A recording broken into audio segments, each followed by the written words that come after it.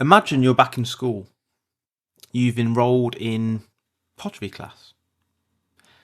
The teacher divides you into two groups. Group A is told, spend the entire time making one perfect vase. Research, sketch, refine, whatever, but just one. It must be flawless. Group 2 was told, make as many vases as you can. It's about the quantity here.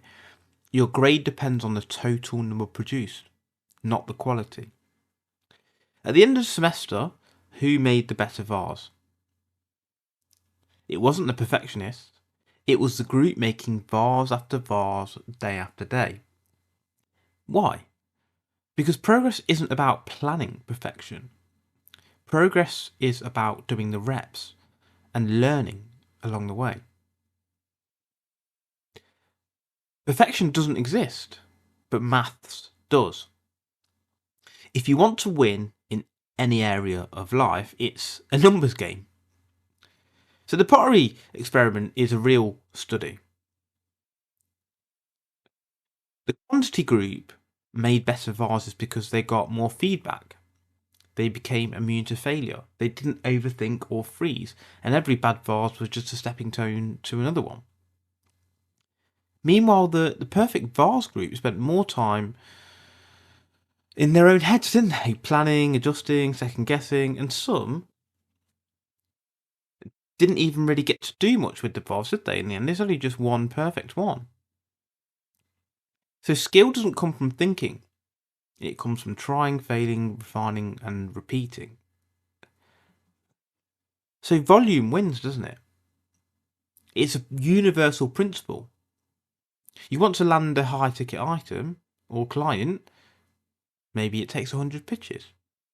You want a successful relationship, maybe you need 50 awkward first dates. You want a one-hit product or one-hit song, as people have done.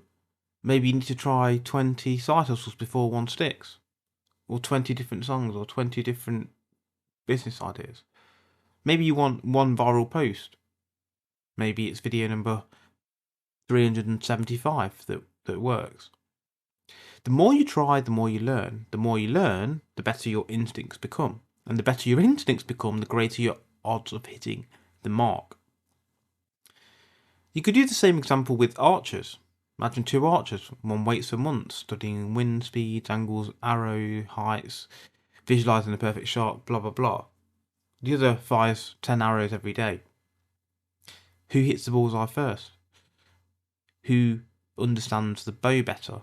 Who feels feedback? Action beats analysis every single time. Stephen King, the famous author of Shawshank Redemption, Green Mile, etc., threw his first manuscript in the bin.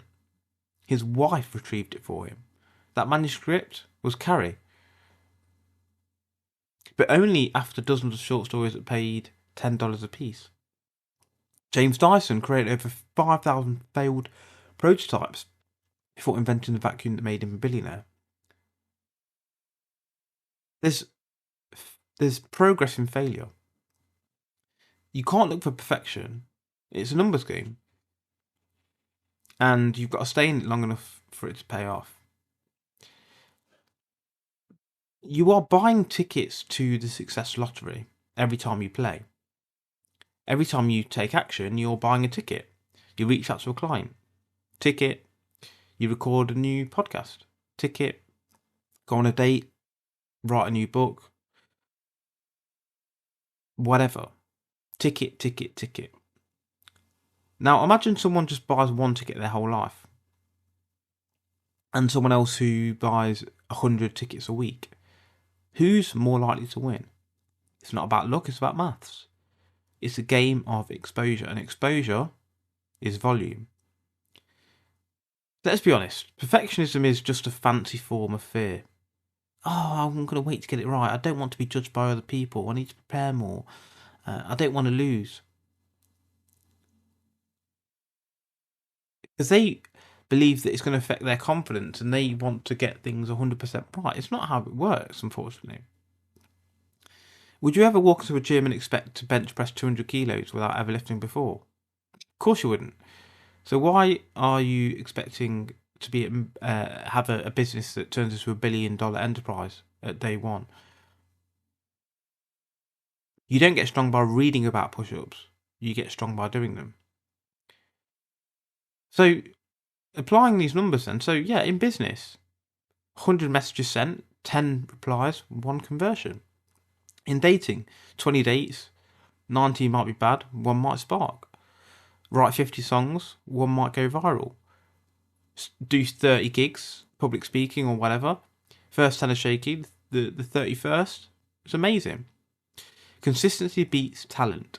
Volume is better than perfection. And attempts are better than theories. So pick an area of your life right now where you want to win. And ask yourself, how many tries have I actually given it? How many reps have I done? How many tickets have I bought? If the number is low, it's not failure, it's incomplete data, isn't it? So make more calls, launch more projects, film more content, meet more people, try more experiments. You don't need to be perfect, you need to be in the game. And try more is quantity, and quantity turns to quality. If you're waiting for the right moment, the right strategy, the right confidence, you might be waiting forever. But if you play the numbers, you'll find confidence through the courage, quality through the quantity, and breakthroughs through the boredom. So here's the truth. You don't need to be perfect. You just need to show up again and again and again. Because success isn't a straight line. It's a scatter plot chart. The more dots you place, the more likely one connects. So keep placing the dots, keep buying tickets, and keep showing up. Because at the end of the day, it's a numbers game. If you have 100,000 tickets to a lottery, you are infinitely more likely to win than having 1 ticket. And multiply infinitely, even though obviously that's not a real number, than if someone doesn't buy a ticket. There are people out there who have, got a job they hate and they're expecting to become a millionaire and they haven't even purchased a ticket. You've got to be in it to win it. And the more you're in it, the more chance of winning it.